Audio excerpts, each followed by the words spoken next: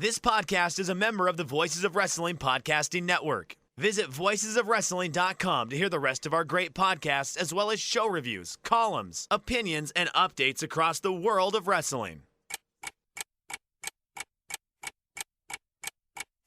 Welcome to Jumping Bomb Audio.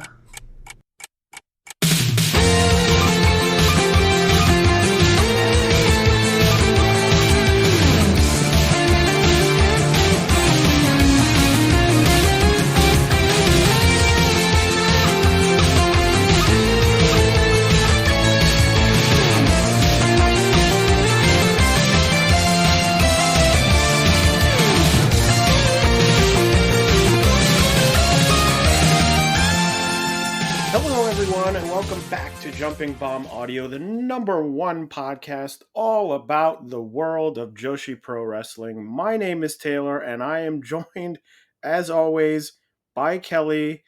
Kelly, happy September. Happy September. The Are we still making Wake Me Up at the End of September jokes? People still do that? Sure. All right. Wake me up in September. Are you going to make one, or are you just No, not really. I was just wondering if that was a thing people still do. Like, are we still doing Green Day jokes from like 20 years ago almost at this point? Hey, a lot of things from 20 years ago are now coming back. Yeah. As very hip. So maybe it will be Wake Me Up when September Ends jokes. Yeah. But can't believe it. We're almost 3/4 of the way through the year. We are 3/4 of the way through the year. Well, we did. Well, we're almost there. We did it.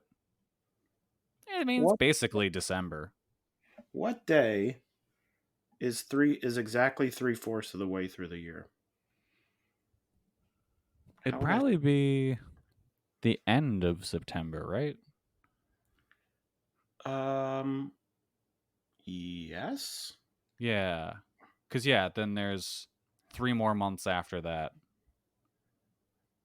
And 12 divided by 4 is 3.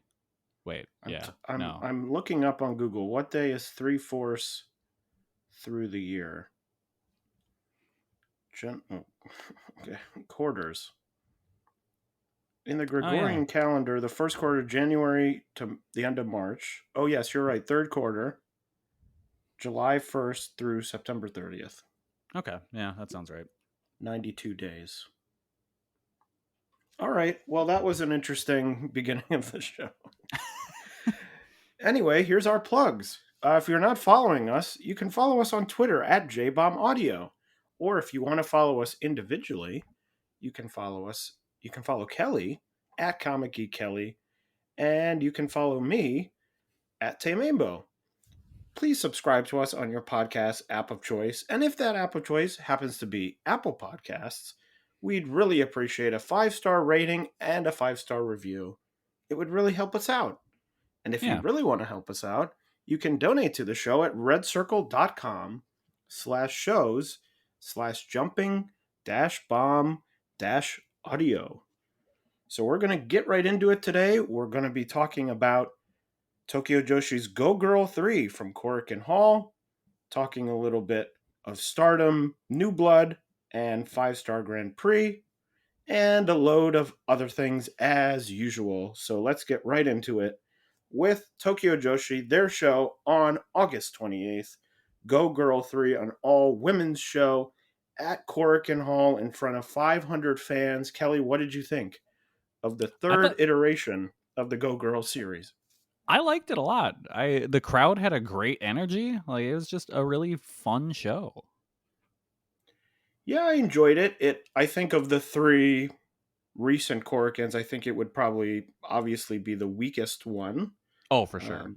Which is not really a surprise looking at the card going in, but I agree with you that I think the crowd really did a lot of work to make this a really fun show. It was really fun seeing sort of a little bit of a different crowd than you usually see at these shows, with some fun crowd members sticking out. The girl with the bears was really cute. So yes. I also thought it was a fun show. Yeah, I wonder, like, because I know they had said on commentary there's a lot of first-time fans coming. Like, I wonder how they promote a show like this, to get the people in. I don't know. I know that they were doing some social media posts. I saw some social media posts. I don't know if it gets shared and discovered on there. I mean, I'm sure they probably put up some posters. Um, I would guess, but Yeah, that's because it's like a good. because it is a new audience essentially because I mean not a new audience, but like doing the all women show, like to draw 500 fans for that and a bunch of seemingly new people, like that's big. Well, in the first two iterations, were at Itabashi Green Hall and drew a combined 195 people. I think Wow. I think 100 for the first show and 95 for the second, or maybe that's reversed.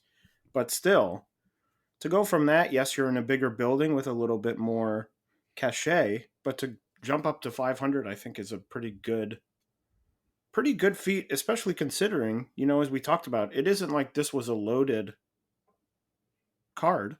Yeah. Yeah, no, this you can't see like you can't call this anything other than a success, really. At that point, like this is big. And hopefully some of those people who came for free will turn into paying customers, or maybe in the future some trainees, Yep. which would be exciting. Before we get into the matches, the first thing we have to talk about is that Tokyo Joshi, before the show, revealed their brand new logo. Oh yeah. Uh, well, I don't have to throw to Kelly to ask him how he feels. I think we got it there. I would say, I think controversial is the wrong word. I don't think it's a controversial logo. I would say reaction online was mixed. Yeah. That's fair, right? Yeah. I didn't see Kelly, anyone like outright love it, but no one was just like, "Oh my god, this is the worst thing I've ever seen in my life." It's just kind of not great. it's a very strange in that it's very basic, but yet it has a couple things that are not basic, and they're the things that I think I like least. Yeah. But I'm also not very excited about a logo that's sort of like, this is a very straightforward logo. I don't know. It's I was sort of underwhelmed when I first saw it with the video reveal. And then I sort of looked at it and I was like, do I like it? And then I sort of was like, no. Uh, I was like, what? And there were some pictures on it on different backgrounds and the colors were different. The actual letters themselves were different colors, which I think helped some. I just think it's sort of weirdly basic. It's like too risky and too basic at the same time in my brain. It's boring, but like I was trying to just mess around with it a bit just in like my whatever photo apps I use and like okay, if you take I think I like it a little bit more if you take away the two dots above the W, like I think it looks better that way. Yeah, and also they released, they tweeted out, I think, sort of a picture of some of the alternate non-chosen logos. And there were a couple on there. There wasn't really any on that one that jumped out to me. There wasn't one that I was like, oh, how could they not have gone with this one? Mhm. But there were some on there that I was sort of like, I think some of these may have been more. If you were going for sort of a more straightforward thing, I think there were a couple on there that I was thinking, oh, this would probably be nicer. Yeah, it's weird. Like I don't know what they're going for with it. Like I don't know what are those dots supposed to be? Someone suggested that they were like points of a crown or like jewels in a crown. I guess. Well, anyway, I will say, as we move on to the match, I do think, the logo. I think some people were like, oh, some people really I saw were like, bad, bad. At the end of the day, it's just a logo. When Stardom switched their logo, I think we were doing this show. I didn't really like the Stardom logo. Now I don't really ever think about the Stardom logo. No. It's sort of like a thing that in the moment you're like, oh, you sort of feel strongly about it, but it doesn't really affect anything at the end of the day. Yeah, no, it's something that eventually, like, I'll just stop seeing and just my brain will accept, oh, that's the Tokyo Joshi logo. Yeah, and it isn't like the previous logo. I wasn't like, what an amazing logo. But I think because I also wasn't there when they were like, pull back the curtain and reveal the logo, Yeah. that, you're like, oh, what could it be? What could it, I don't have that associated with it. So I'm just sort of like, yeah, it's the logo. But anyway, let's get into the matches on the show. The first match, a tag team match, the Daisy Monkey team of Ariso Endo and Suzume defeating Haruna Neko and Palm Harajuku in 10 minutes and 58 seconds. Kelly, what'd you think of this opening match of Go Girl 3? I like this a lot. Everyone felt really motivated. Neko may have had one of the best showings of her entire career in this match, to the point where I thought she was actually going to win a couple times. Super fun opener, and it felt like, oh, this is a big deal for these women. They wanna put on a good show here to make some new fans, and I thought it was a great opener. I went 3.25 on it. There definitely was a good energy. I think a lot of that was down to, having the crowd there, but also that the crowd was very reactive, which I think Yes. always helps. And we've seen with the other cheering shows that have started popping up that's very helpful. I thought it was sort of what you would expect, which was sort of two good, very good wrestlers against two less good wrestlers. Not that they were bad, but I thought it was a solid match. I thought it was a good win for the Daisy Monkey team, a team with a lot of potential in Tokyo Joshi. I also have to note they did reveal the new mat, a bright white mat, which was really glowing in this match. Yes. It was very bright. But yeah, I thought it was a good opener, and a good kickoff. The next match, the team of Mahiro Kiryu and Nao Kakuta defeating Juria Nagano and Moka Miyamoto in 9 minutes and 9 seconds. I have no opinion on Mahiro in this match. I'm saving that for... I haven't watched it. It just happened today. I'm saving my opinion on Mahiro for the tag match, the tag title match that she's having. That will be my final decision. But the highlight of this match, I thought, easily, was Juria Nagano, who is great to watch in every match she has. She rules, and I can't wait to see more of her. Yeah, another impressive showing from Juria here. I really love her and Mocha as a team, and I kind of want Miyu to adopt them as her karate children. I think that would be a good faction. Other than that, not much special to this. It was a decent early mid card match. Juria and Mocha being like the karate people is so funny to me because Mocha still does not look... No. Like, I think if you lined up the whole roster and you're like, who are the two people who do karate? How many guesses would it take someone who's never watched Tokyo Joshi to guess it's Mocha Miyamoto? Yeah, I feel like it would take a bit.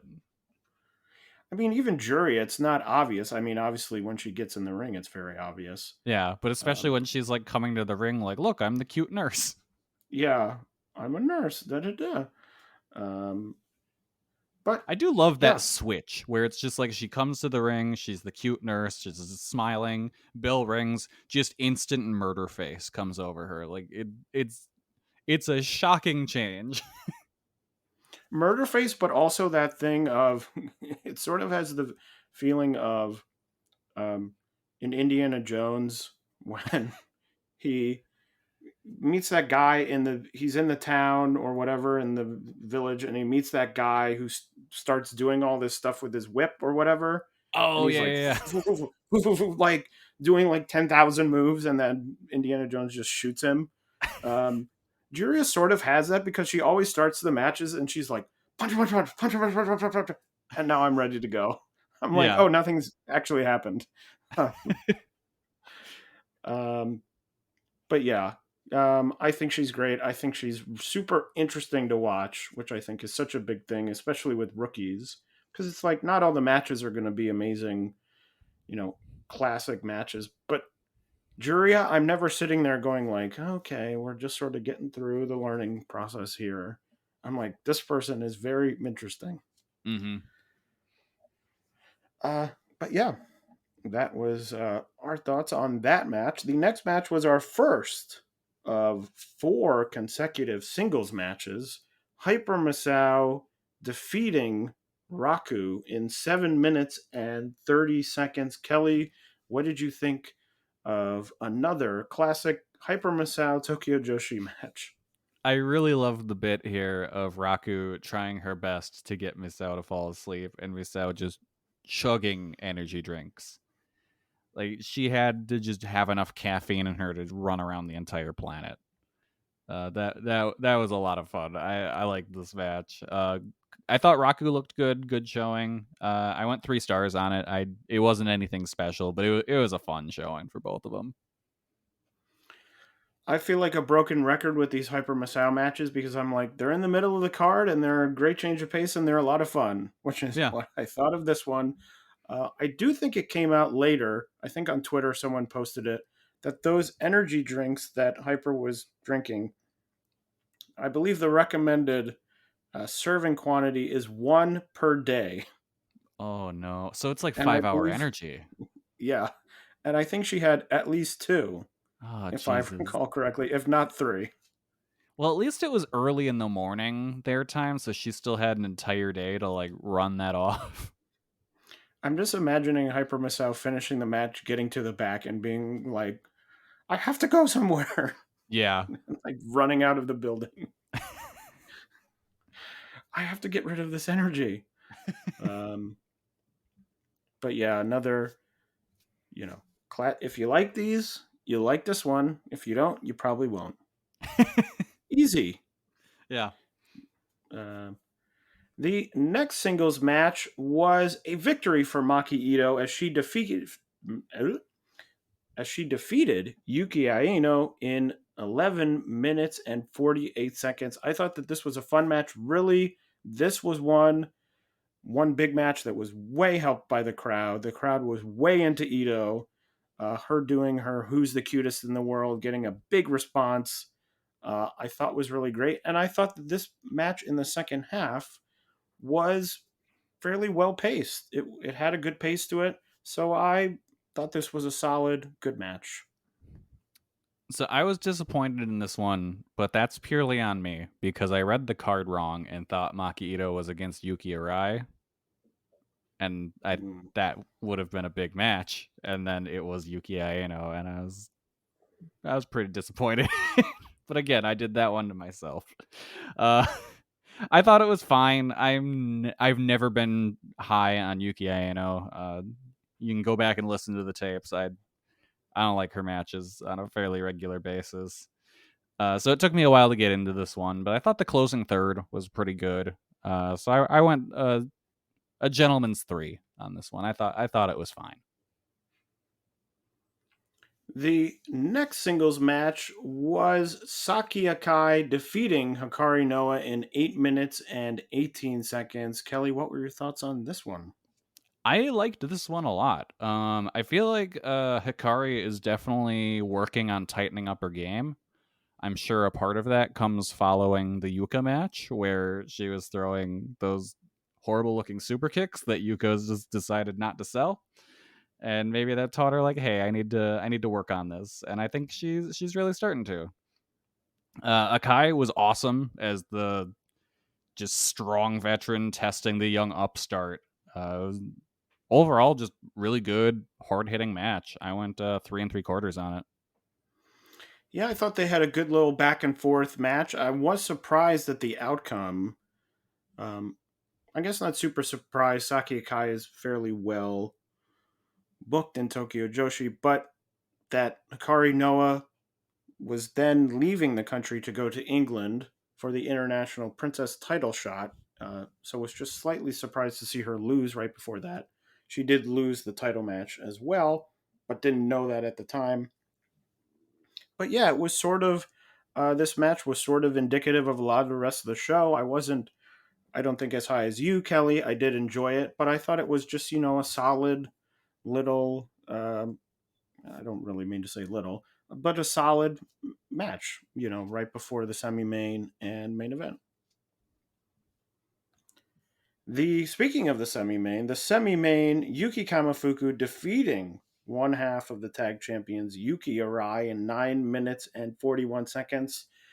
This one felt the outcome never really felt in doubt, clearly setting up the tag title challenge with Kamifuku and Mahiro Kiryu. Again, a match that I thought mostly was fine, didn't really feel that strongly on it.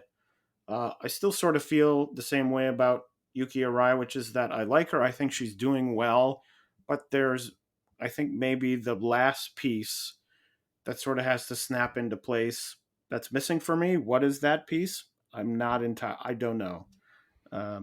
It's the intangibles. I think it's, yes, but it's also going to come, I think, sometimes with, the offense. She still sort of sometimes has that basic, like, I'm a rookie, and so my moves are these 3 moves, and there isn't a lot of definition outside of that. And I think, people like Endo, people like Kayatori Bami, that was a big one where she sort of had the 3 big high flying moves that she did every match. And it was sort of like, ooh. And then in between that, you were sort of like, okay, what's happening? I still sort of feel like Yuki Arai has a little bit of that. So I think that's the thing that's missing. But didn't think the match was bad. I don't think that she's a bad wrestler. I think she's a very young wrestler who hasn't wrestled all that often, sort of figuring out who she is, which is fine. Mm-hmm. Yeah, I like this. I thought they were both working stiff. That was good. I like this feud. I kind of just like Mean Girl Camille taking her nice classmate to go fight the other 2 mean girls. It's just a fun dynamic, and I think this was a good continuation of that story. I went 3.5 stars on it. And the main event was a 6-person tag team match. The team of Miyu Watanabe, Rika Tatsumi, and Shoko Nakajima defeating the trio of Mizuki Yuka Sakazaki and Miyu Yamashita in 22 minutes and 8 seconds. I thought this match was great. Clearly the best match of the show for me. Lots of crazy stuff here, lots of hard-hitting stuff. Miyu hitting a crazy suplex on Rika at one point. Mizuki killing Shoko with a double stomp. It really was sort of, as it appears, probably the best 6 wrestlers in the company being put in a main event on a card that I think if it ended with the semi-main, you'd probably leave and go, well, that was not the greatest show I've seen. I mean, this was a great capper, sort of a great way to send it out and be like, this is a great match. I went 4 stars. I thought it was really good. Kelly, did you like it as much as I did? I liked it more. I went 4.25. I thought it was really good. It's rare you see a match like this in Tokyo Joshi because there's no obvious pin eater. Like, I feel like if this was on a regular show, someone would be swapped out with like Heart and Echo or something, But in this case, it was just like, oh, okay, here's all our top people. They're just gonna go out there and have an awesome match, and then they worked super hard in it, and it was pretty much nonstop action for the 22-minute runtime. So yeah, no, this was awesome. I was super into it. Like I said, 4.25. Definitely worth checking out. And yeah, like you said, by far match of the night. So that was Tokyo Joshi's Go Girl 3 from Korakuen Hall. Before we continue on talking more Joshi, I want to mention that this week's episode is sponsored by HelloFresh. With HelloFresh, you get farm fresh, pre-portioned ingredients and seasonal recipes delivered right to your doorstep. Let me tell you, fall is coming up. Yes, fall is coming up, even though It is nearly 90 degrees where I am. I believe that fall will still come.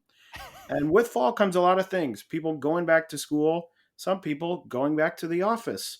And if you are one of those people and you're finding yourself with a packed schedule, HelloFresh has you covered with a weekly selection of 30 recipes and over 70 convenience items that can all be delivered right to your door.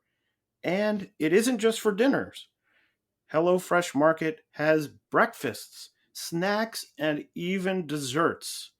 So you can do everything you need from home. You don't have to go to the grocery store. You can stay home, delivered right to you, and you can cook great meals for yourself and for others. So if sounds good to you, go to hellofresh.com/VOW16 and use the code VOW16 for up to 16 free meals across 7 boxes and 3 free gifts. Let me say that again. Go to hellofresh.com/VOW16 and use the code VOW16 for 16 free meals across 7 boxes and 3 free gifts. That's a great deal from HelloFresh, America's #1 meal kit. So next, we will move on and we are going to talk a little Stardom. The first thing, Stardom had their 4th edition of the New Blood shows on August 26th. Kelly, we talked about it briefly off air, but what did you think of New Blood number 4? It was kind of a nothing show. And I've liked these New Blood shows quite a bit, but this one, I don't know. Nothing really to write home about to me. In all honesty, my favorite match was the triple threat with Chie, Lady C, and Ruaka of all people. Wow. Like, what the hell? What's happening? Who am I? Kelly is turning a new leaf and pretty much on the next show, he's going to come in and he's going to say, you know what was my favorite part of this Stardom show? Daichi. I love when I Daichi loved him. jumps around. I love him running around, yelling at the wrestlers, counting Is the this pins. me? Am I getting Judas brained? Is this what's happening? Do I need to call Chris Maybe. Jericho to ask for help? I can't say. It's all in your head. I want 3.5 stars on a Ruaka match. What the fuck is happening? I do agree with you. I thought it was just sort of just a show. The biggest news, Tomoka Inaba joining God's Eye on the show. That was probably the biggest moment of the show, the biggest thing from the show. Yeah, I like her in that group. That works really well. Good for them also to get someone else, as they were sort of a small group. So good for them to add her. Also, what has been going on in Stardom? Of course, what has been going on? The 5-Star Grand Prix continues on. And as of August 28th, the standings were in the blue block. Hazuki up at the top all by herself with 14 points, suffering her first loss of the tournament to Saya Kamatani, who happens to be in a big tie for second place with 8 points. Saya Kamatani, Mayu Iwatani, Amy Sourei, Julia, and Mirai all on 8 points. Momo Watanabe and Natsupoi down at 6. Mina Shirakawa and Starlight Kid at 4. Saya Ida at 2. And Suzu Suzuki and Hanan down at 0 points. Hanan, the first wrestler eliminated from contention of winning the block with 8 losses and 0 wins. The most points she can score is 8 points, and Hazuki already has 14 points. In the red block, it's a little bit tighter. Azumi and Himika at the top of the block with 10 points. Utami, Maika, and Koguma at 8. Tom Nakino, Risa Sarah, Suri, and Mai Sakurai at 6 points. Saki and Saki Kashima tied at 4. Unagi Sayaka down at 2 points, and Momo Kogo is still with the big goose egg, the 0-6. Kelly, anything in the last 2 weeks, anything in the standings standing out to you? Any surprises, good or bad? Honestly, I'm surprised that Suzu is at 0. Like, that's the biggest thing that stands out to me, where it's kind of just like, wait, what are we doing here? How does she have 0 points? Like, I don't know. That's weird to me. Kazuki being at the top, I think, is good. I don't know. I think Julia's gonna win, but I don't know. They're giving me pause, where it's just like maybe Hazuki does go to the finals. Julia at 8 points, but she does have 2 more matches still remaining than Hazuki does. Still in contention. The highest Julia could get is 20 points, and Hazuki has 14. So if Hazuki wins 3 more matches, she would pretty much win. But we'll see. Now that the first loss has been uncorked, who knows what happens. I'm a little bit surprised to see Unagi Sayaka down on 2 points, 1 and 4. Below Mai Sakurai, who is 3 and 4. Yeah, that's really low. That one seems a bit strange to me. Starlight Kid seems a little bit low for me. I thought that she would be doing slightly better. I was, of course, as a big Momo Watanabe fan and keeping the memory of Aaron alive, very sad to see Momo Watanabe lose to Saida. Even though I like Saida, I've said it on this podcast, I was sort of like, oof, okay. All right. But speaking of the matches, the 2 shows, the August 27th and August 28th show, the 27th show from Korakuen, I would say, Kelly, I don't know if any matches stood out to you, but I think the clear highlight of the show was the main event between Julia and Starlight Kid. Yes. Really the best match, I think, of either show, by far. Yeah, that match was awesome. They went full lucha brawl with it, and it was so good. I don't know why Julia decided she needed to kill Starlight Kid, but man, they went at it. It was awesome. And then the 28th show, I thought was actually a fairly solid show. I thought it'd be a sort of come down from the Korakuens, which I always think are the best shows of the 5-Star Grand Prix. Not only this year, it's kept up the habit, but in years past, it's usually a pretty good guarantee that you're going to see the best matches on those Korakuens. But I still thought it was a very solid effort. I liked a lot of the sort of middle upper. I liked Maika and Izumi. I liked Saya and Hazuki. I liked Julia and Natsupoi. All matches that I thought were very good. You know, a step below Korakuen probably, and not as good as the Julia Starlight Kid match, but still a very solid effort from all involved. Yeah, I still need to watch the 28th. I am horribly behind on this tournament. It's a lot. It is a lot. Yeah. I agree. There's not much more to say. No. One other recommendation from the show on the 27th, I really liked the Natsupoi versus Suzuki match. I thought that one, it felt like a high speed match, but with super hard hitting offense. So that one to me was just a little under the Julia Starlight Kid. I went 4 1/4 on that one, and then 4 1/2 on Julia versus Starlight Kid. So that is the 5-Star Grand Prix from the last 2 weeks. Some other things happening in the last 2 weeks. Obviously, as I mentioned before, just as we record, or just around it, Mahiro Kiryu and Yuki Kamafuku challenged for the tag titles in Tokyo Joshi. I will watch that, and next week I will have my definitive opinion on Mahiro Kiryu, and I will never change it again. I'm really excited to hear what you think. I still need to watch that match as well, but yeah, this is life-changing for her, really. this life-changing for her, life-changing for this podcast. Yeah. As a major talking point that I've had for, I don't know, a year will go away. I can't handle it anymore, and I need to just rip the Band-Aid off and make up my mind. Yep.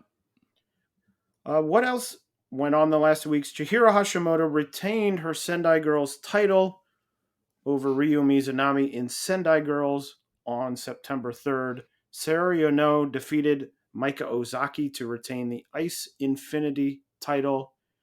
And Hikaru Shimizu and Saki retained the tag titles over Yako and Yumi Oka in Wave on their traditional first of the month show. Kelly, what has been going on in ChocoPro?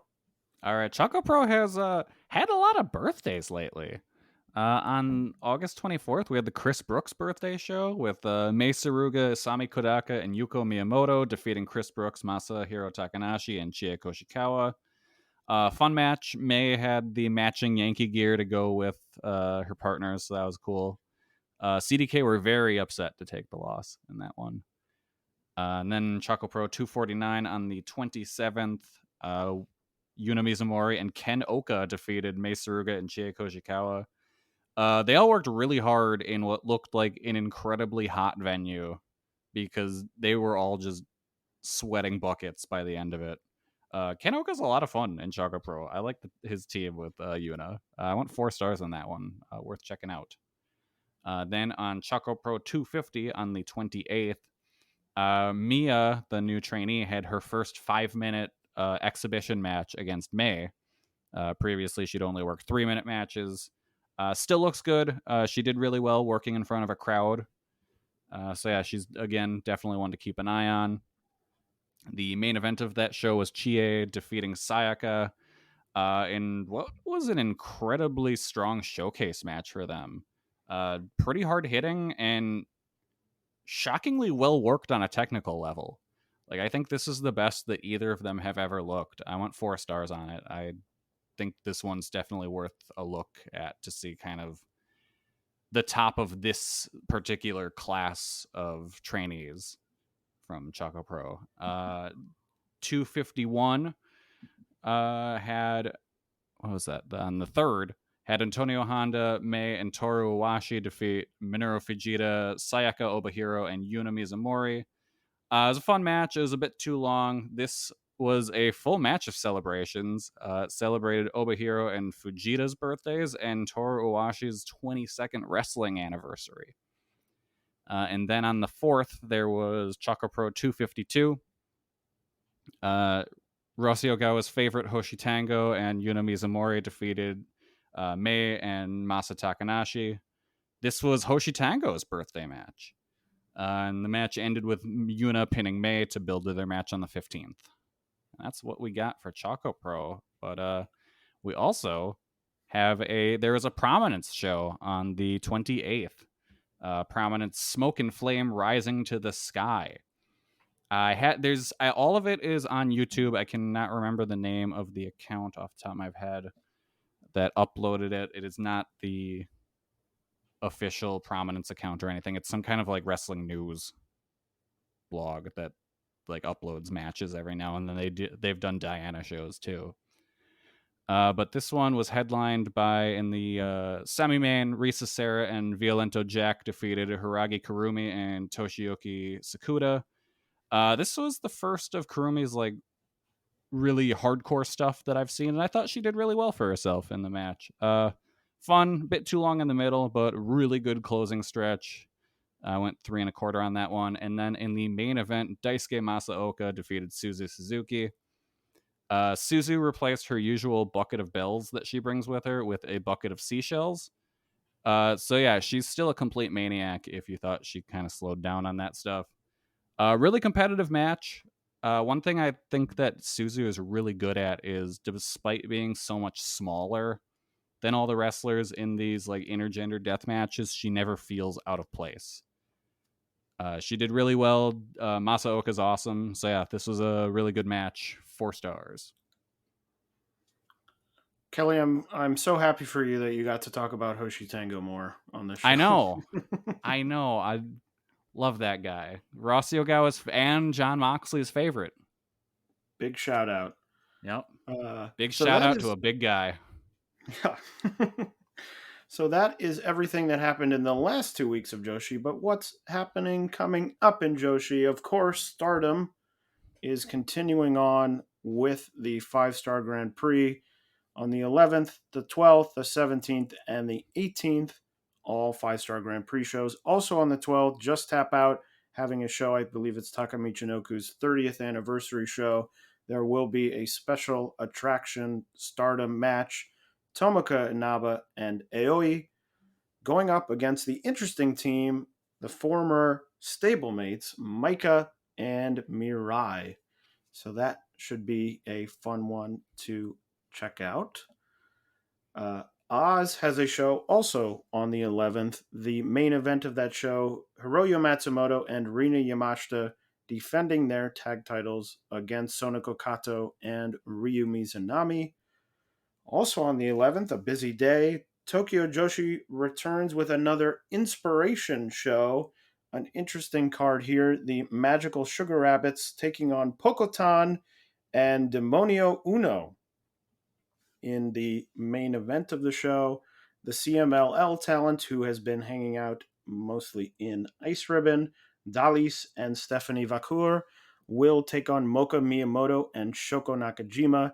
And then 2 singles matches round out the cards. Palm Harajuku against Haruna Neko and Miyu Yamashita against Ariso Endo. Kelly, might be an obvious question. Which of these matches are you most looking forward to? I mean, it's got to be the Magical Sugar Rabbits match, right?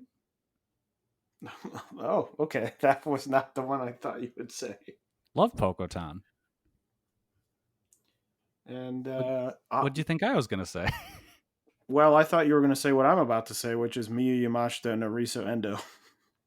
Oh, well, yeah, but like they're not in ridiculous costumes. Sure. I guess that's true. What is the Poketon lore now? I haven't kept I up have on my no DDT. idea. I don't even know who Poketon. Demonio Uno is. He's the number one demon, I'm imagining. Is this based on going to the be name. another Linda situation where I find out Linda is not what I expect? Yeah, I was. We I didn't talk enjoyed about your Linda at all on New Blood. What the hell's with the referee just being like, yeah, whips are fine now? I'm going to tell you not to use them, but I'm not going to call for a disqualification. Was it Daichi? I don't recall. I don't know. I feel like if it was Daichi, I would remember that and hold it against him. So maybe it wasn't. You're just going to turn against all the referees. Yeah. Just But oh keep it man, even and fair. In that Julia Starlight Kid match, they sure did shove him around a lot in that match. So that made it even better. That got the quarter star boost. Yeah. From you. Yeah. But yeah, I guess we'll find out on the 11th. Demonio Uno. We'll find out. And we'll report back on this very show. You can hear what we thought. Yeah. Sendai Girls also has a show on the 14th. And Kelly, what is coming up in ChocoPro? All right, so we have a full card for the show on the 15th, Phoenix Rises.